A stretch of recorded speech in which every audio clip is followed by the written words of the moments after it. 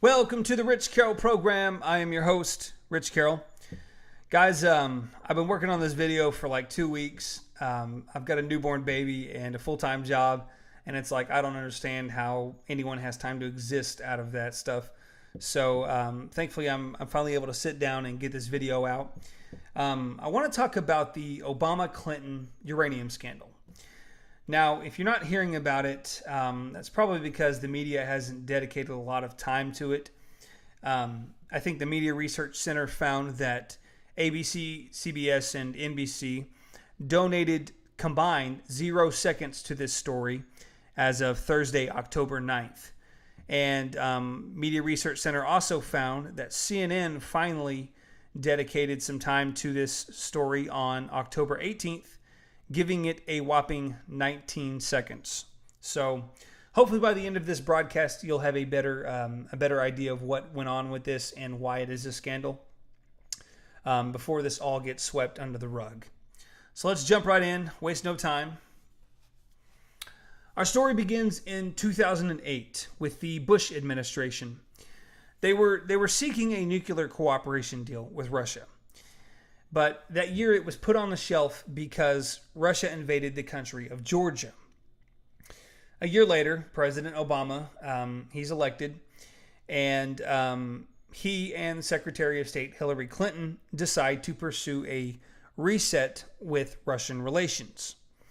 Now, a main focus of the reset would be cooperation and commerce in nuclear energy.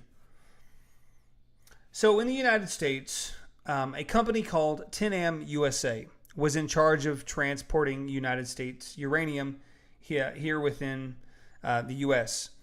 That company was connected to another company called Rosatom, which had ties to the Kremlin. The general director of 10M was a Russian named Vadim Makirin. His job was to arrange and manage contracts with U.S. uranium buyers, and Makirin ended up defrauding several U.S. contractors into paying inflated prices for uranium. That money was then put into shell companies and secret bank accounts, and the payments were used to provide millions to Kremlin-connected energy officials. They also made U.S. companies vulnerable to blackmail, which is a national security threat. Makirin then decided he wanted to find a lobbyist who could push for nuclear energy expansion and in turn get more kickbacks like he had done with the U.S. energy companies. Well, Makirin, he got his lobbyist. The lobbyist was an unnamed businessman who ended up going to the FBI with information on Makirin and his scheme. When the businessman went to the FBI in 2009, the DOJ and the FBI had the informant continue working in the racketeering scheme as a confidential source. And if you were to look at government documents, they refer to this guy, this informant, as CS1. McCarthy, who's writing the story, he does point out that the FBI director at this time was Robert Mueller, who is currently leading the collusion investigation between President Donald Trump and Russia. The investigation was going on in Maryland, where U.S. Attorney Rod Rosenstein, who is now Trump's Deputy Attorney General, and the man who appointed Robert Mueller to investigate President Trump.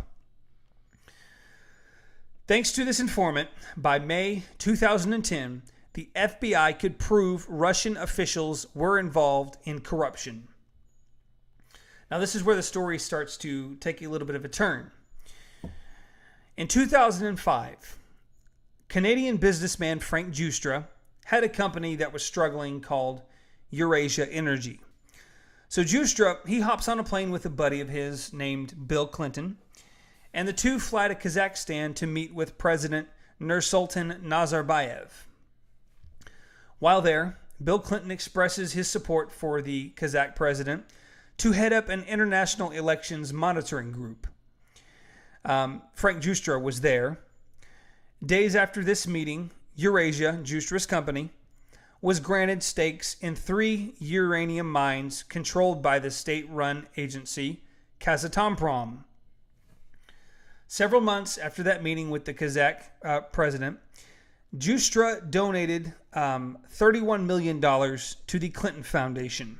My guess is as a thank you for the deal being secured by Bill Clinton. In 2007, Justra's company, Eurasia, merges with a company called Uranium One, a deal worth $3.5 billion. Now, Uranium One is important because it controlled about a fifth of the U.S. uranium stock. And in 2008, Justra held a fundraiser for the Clinton-Justra Sustainable Growth Initiative where he pledged $100 million. So Bill Clinton benefited, or his foundation at least, benefited greatly from this deal between Frank Justra and the president of Kazakhstan. Around 2009, somebody else wanted the Kazakh mines, Vladimir Putin. The head of Kazatomprom, who ended up selling the stakes to Justra, was arrested on charges that he had illegally sold uranium deposits to foreign companies. WikiLeaks later revealed that this was orchestrated by Russia as a way to get control of the Kazakh mines. Now, after this happened, Uranium One officials were afraid that they were going to lose their mining ventures and turned to the State Department for help, which was headed up by Secretary Hillary Clinton. Days later, after the American embassy officials met with Kazakh officials, a deal was made that gave Rosatom 17% of Uranium One. So Russia finally has a piece of the uranium pie. The same year, Russia offered compensation to shareholders that would give Rosatom 51% control. But this needed approval of the Committee on Foreign Investment in the United States, or as we'll call it, CFIUS. Now, CFIUS's job is to approve deals that basically take American assets and put them in the control of foreign entities. So in this case, Rosatom was going to have control of a company that had access to American uranium. So CFIUS had to approve it. While the deal was being decided, Bill Clinton gives a speech for $500,000 paid for by Russian-connected Renaissance Bank.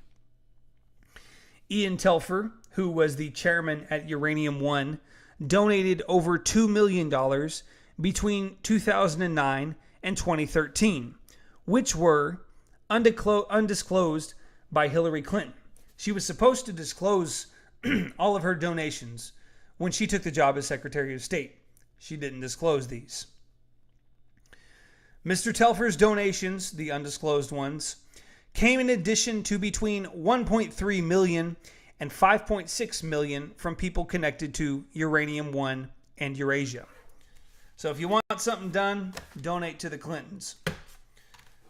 With all the Russian-connected evidence that the FBI and DOJ had, and amid all of the money flowing to the Clinton Foundation, the uranium deal was approved by CFIUS in 2010. This gave Rosatom, connected to Russia, control of American uranium. Flags were raised in Congress about the possible acquisition. Wyoming Senator John Barrasso warned that Russia's record of helping Iran and Venezuela build nuclear programs might be a red flag. McCarthy states in the National Review piece, quote, "It appears that no disclosure of Russia's racketeering and strong-arming was made to CFIUS or to Congress. Not by Secretary Clinton, not by Attorney General Eric Holder, and certainly not by President Obama." So to recap, you have Russians engaged in corruption. The Obama administration is fully aware, and yet CFIUS approves a deal giving Russia access to American uranium used to make nuclear weapons. You then have millions of dollars flowing to the Clinton Foundation while this deal is going down. But that's not all. The Obama Department of Justice did all it could to keep the prosecution of McCarran quiet. He was the guy that I mentioned at the beginning of the story that was doing all these schemes, extortion and whatnot. They did all they could to keep his prosecution quiet, including seeking a lesser penalty than what he could have faced to keep his trial out of public view. The plea agreement shows that the Obama DOJ fraud section was run by Andrew Weissman, who is a top prosecutor now in the President Trump-Russia collusion investigation. Andrew McCarthy seems to have saved the best for last in his story, and it involves the FBI informant CS1 that I previously mentioned. You see, CS1 wanted to go public with what he saw while he was undercover. The Obama FBI and DOJ silenced him. He wasn't even allowed to file a federal lawsuit to recover losses that he, lost during the scheme, which was encouraged by the FBI. He was also threatened under the penalty of prosecution if he did go public with what he knew. This all happened in 2016. What was so important that happened in 2016? Hillary Clinton was running for president. As Mr. McCarthy ends this story with two words, I think it fits perfectly. He says, "This stinks." Hopefully, guys, this sheds some light on the scandal on the Obama-Clinton uranium deal, and I hope you have a better understanding of what was going on. Like I said before, this was all swept under the rug. Guys, I'm Rich Carroll. Thanks for joining me. God bless.